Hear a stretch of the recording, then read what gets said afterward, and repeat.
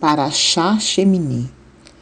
E aconteceu ao dia 8º que Moisés chamou Arão e seus irmãos e os anciões de Israel. Aquele dia levou 10 coroas. Foi o primeiro dia da criação, ou seja, num domingo. O primeiro para as ofertas dos Neziim, cabeças tribais.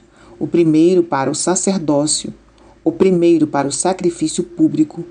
O primeiro para a queda do fogo do céu. O primeiro para comer dos alimentos sagrados. O primeiro para a habitação da presença divina em Israel.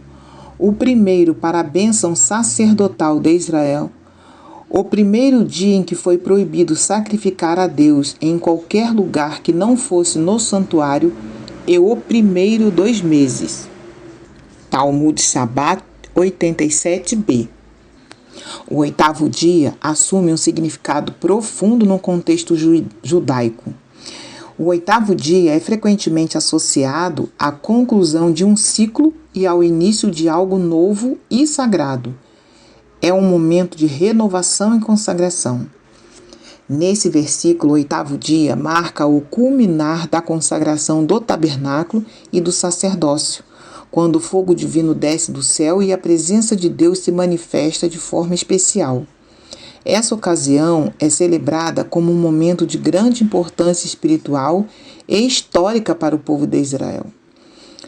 A tradição interpreta e atribui significados a certos dias e eventos, demonstrando a riqueza e a complexidade das práticas religiosas ao longo da história. Aquele dia foi tão alegre para Deus quanto o dia que o céu e a terra foram criados.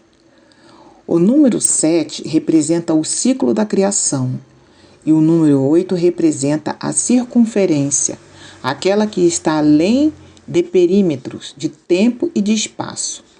É por isso que a presença divina veio habitar no acampamento israelita no 8º dia. Isso também é aludido no ditado de nossos sábios de que a lira de Machia tem 8 cordas. Essa é uma interpretação fascinante.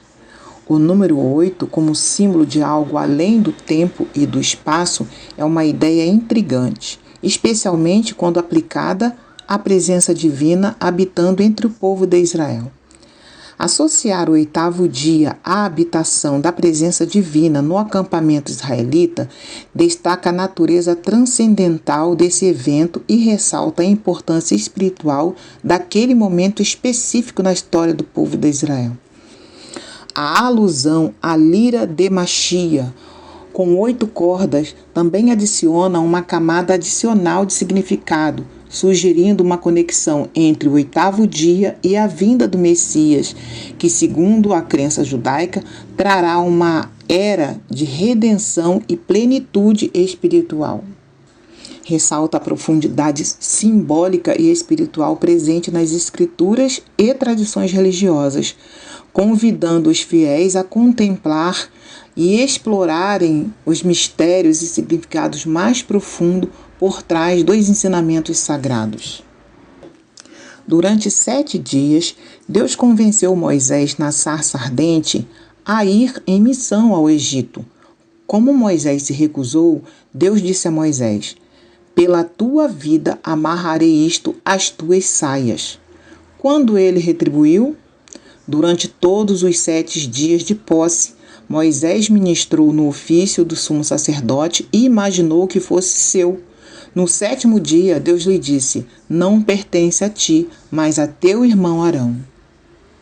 Essa passagem destaca a transição do papel sacerdotal de Moisés para o seu irmão Arão.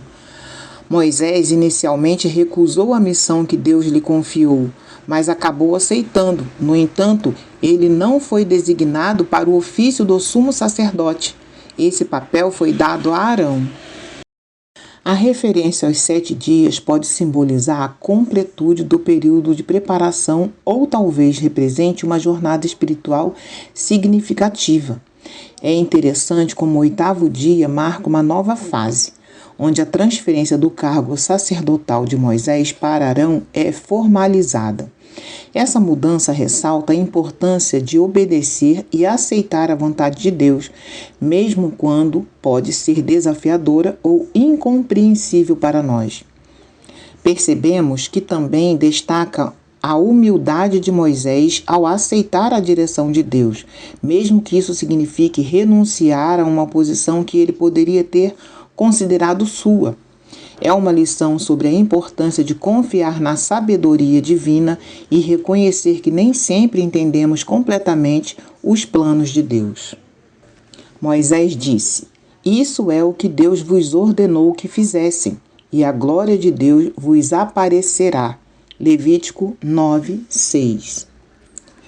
Durante os 7 dias de inauguração, durante os quais Moisés montou o santuário, realizou o serviço nele e o desmontou todos os dias. A presença divina não descansou nele. O povo de Israel foi humilhado e disse a Moisés: "Moisés, nosso mestre, toda a labuta que trabalhávamos era apenas para que a presença divina habitasse entre nós e soubéssemos que o pecado do bezerro de ouro nos foi perdoado?" Disse-lhes Moisés: "Arão, meu irmão, é mais digno do que eu. Por meio de suas ofertas e de seu serviço, a presença divina repousará sobre vocês e vocês saberão que Deus os escolheu." A importância da obediência às instruções divinas e a necessidade de humildade diante da presença de Deus. Apesar dos esforços de Moisés na preparação do serviço no santuário, na presença divina não se manifestar durante os 7 dias de inauguração, o povo de Israel expressou sua decepção e o desconforto com essa situação, buscando entender o propósito de todo o trabalho que realizaram. Moisés, demonstrando humildade e sabedoria, reconheceu que Arão era mais digno que, através de suas ofertas, o serviço da presença divina repousaria sobre o povo. Essa é a importância de reconhecer as habilidades e virtudes do outro e reconhecer que nem sempre somos mais adequados para uma determinada tarefa. Moisés exemplifica a liderança ao colocar os interesses do povo, a vontade de Deus, acima do seu próprio orgulho ou desejo pessoal. Nadav e Aviú, filhos de Arão, tomaram cada um seu incensário e morreram diante de Deus. Levítico 10, 1 e 2. Bar Capara disse em nome de Rabi Ismiarro ben Elazar: "Os filhos de Arão morreram por causa de 4 coisas: por se aproximarem, por oferecerem, pelo fogo estranho e por não terem se aconselhado uns aos outros. Por se aproximarem, porque entraram no recinto mais íntimo do santuário para oferecer, porque ofereceram um sacrifício que não lhes tinha sido ordenado oferecer.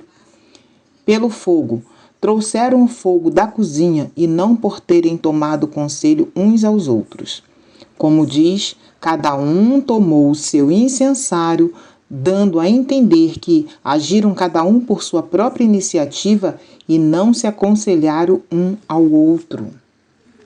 Essa explicação rabínica oferece uma análise detalhada das possíveis razões pelas quais Nadav e Aviú, filhos de Arão, morreram diante de Deus. Cada ponto destaca e fornece insígnias importantes sobre os erros cometidos por eles. Por se aproximarem, eles entraram nos recintos mais íntimos do santuário. Talvez ultrapassasse os limites estabelecidos para sua função sacerdotal. Isso pode ter sido interpretado como uma falta de respeito pelos protocolos sagrados e pela ordem divina. Para oferecer, eles ofereceram um sacrifício que não lhes foi ordenado. Isso sugere que agiram com presumida autonomia, ignorando as instruções divinas e agindo de acordo com a sua própria vontade. E pelo fogo estranho, eles trouxeram fogo da cozinha, em vez de usar o fogo prescrito pelo ritual sacrificial.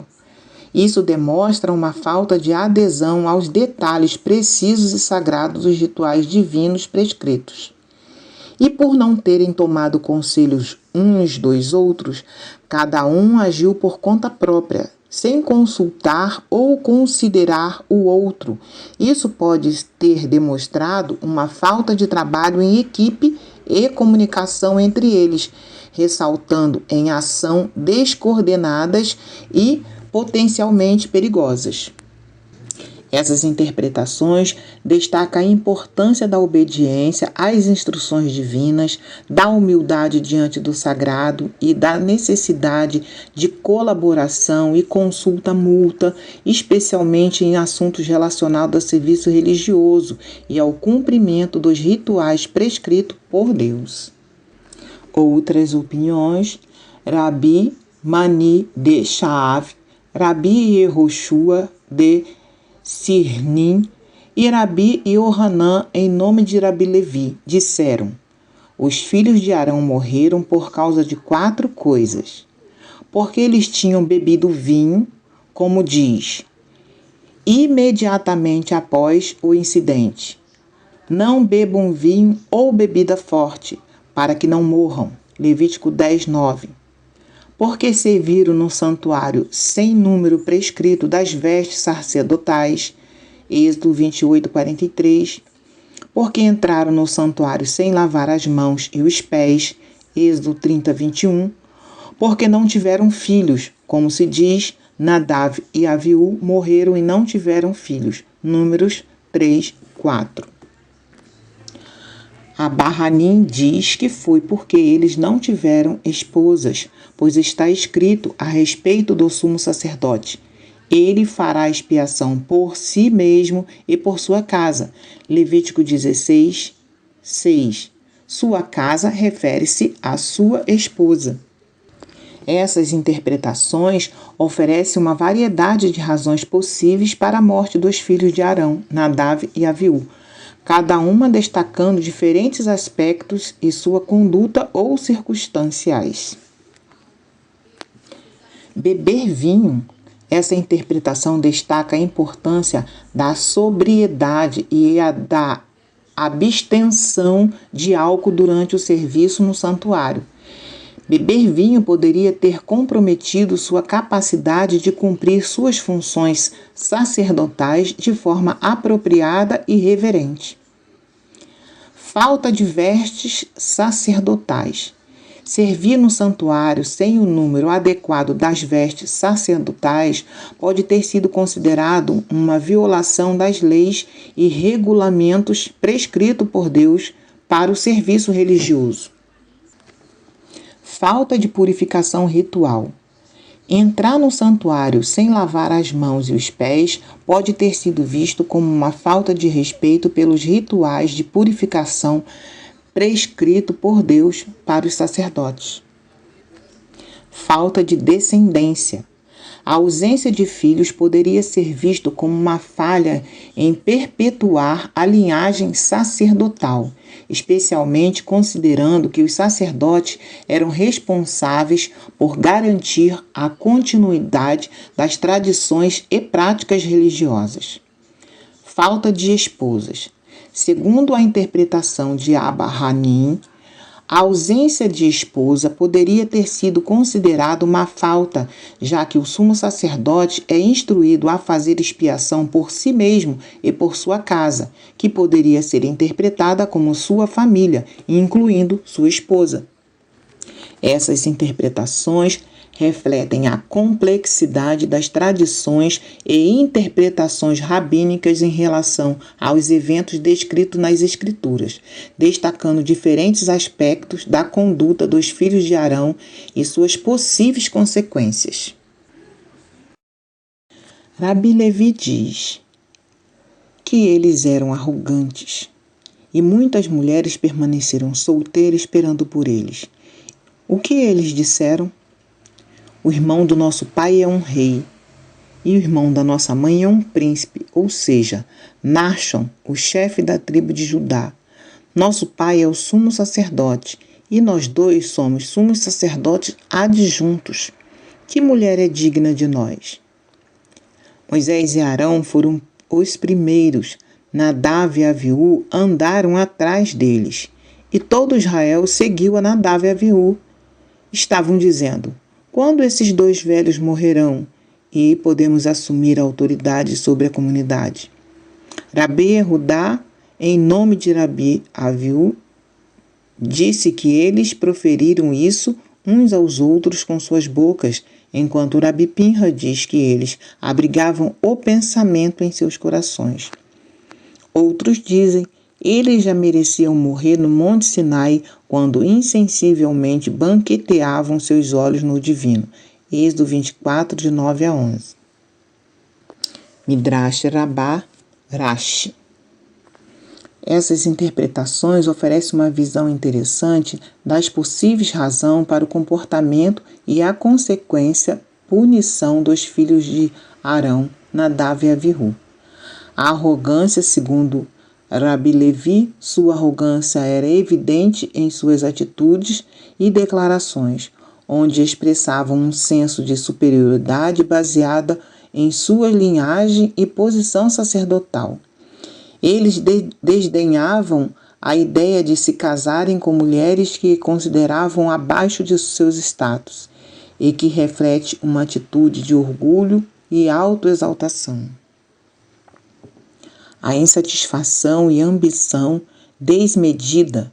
Nadav e Aviú foram descritos como ansiosos para assumir autoridade sobre a comunidade, demonstrando uma ambição desmedida e uma falta de respeito pela liderança existente, representada por Moisés e Arão. Essa atitude sugere uma falta de humildade e um desejo egoísta de poder e prestígio. Falta de reverência divina. Outra interpretação sugere que eles já mereciam a punição desde o Monte Sinai, quando insensivelmente banqueteavam seus olhos no divino. Isso sugere uma falta de reverência e respeito pela presença divina e que pode ter contribuído para sua queda subsequente. Portanto, ressalta a importância da humildade, da reverência divina e do respeito pelas autoridades estabelecidas, bem como as consequências que podem surgir da arrogância, da ambição desmedida e da falta de reverência espiritual. Rabi Eliezer ben Yaakov declarou: os filhos de Arão só morreram porque deram uma decisão legal na presença do seu mestre Moisés. Qual foi a exposição que fizeram? Eles interpretaram o versículo Levítico 1:7. Os filhos de Arão, o sacerdote, porão fogo sobre o altar. Isto é, para nos ensinar, eles disseram, que embora o fogo tenha descido do céu, não deixa de ser uma mitzvah trazer também o fogo comum. Esta é de fato a lei. Seu pecado foi ter proferido uma decisão halárrica na presença de seu mestre. Talmud Eruvim 63a Rashi. Essa interpretação destaca uma questão específica relacionada à morte dos filhos de Arão. O fato de terem dado uma decisão legal na presença do seu mestre Moisés, a exposição que deram sobre o versículo indica que eles interpretaram erroneamente uma lei, sugerindo que era uma obrigação trazer fogo comum para o altar, mesmo que o fogo divino já havia descido do céu. O pecado dos filhos de Arão, de acordo com essa interpretação, não foi apenas uma questão de interpretação errada da lei, mas também de agir com independência e presumindo autoridade na presença de Moisés, seu mestre e líder. Isso mostra uma falta de respeito pela autoridade. Moisés é uma quebra dos protocolos estabelecida para o ensino e a tomada de decisão legais. Essa interpretação ressalta a importância da humildade e da submissão à autoridade estabelecida, especialmente no contexto de interpretação e aplicação da lei religiosa. É um lembrete da necessidade de respeitar os limites de nossa própria autoridade e consultar adequadamente aqueles que estão em posição de ensinar e liderar. Espero que vocês tenham gostado dos comentários rabínicos da Parashá Shemini. Fiquem todos na Shalom.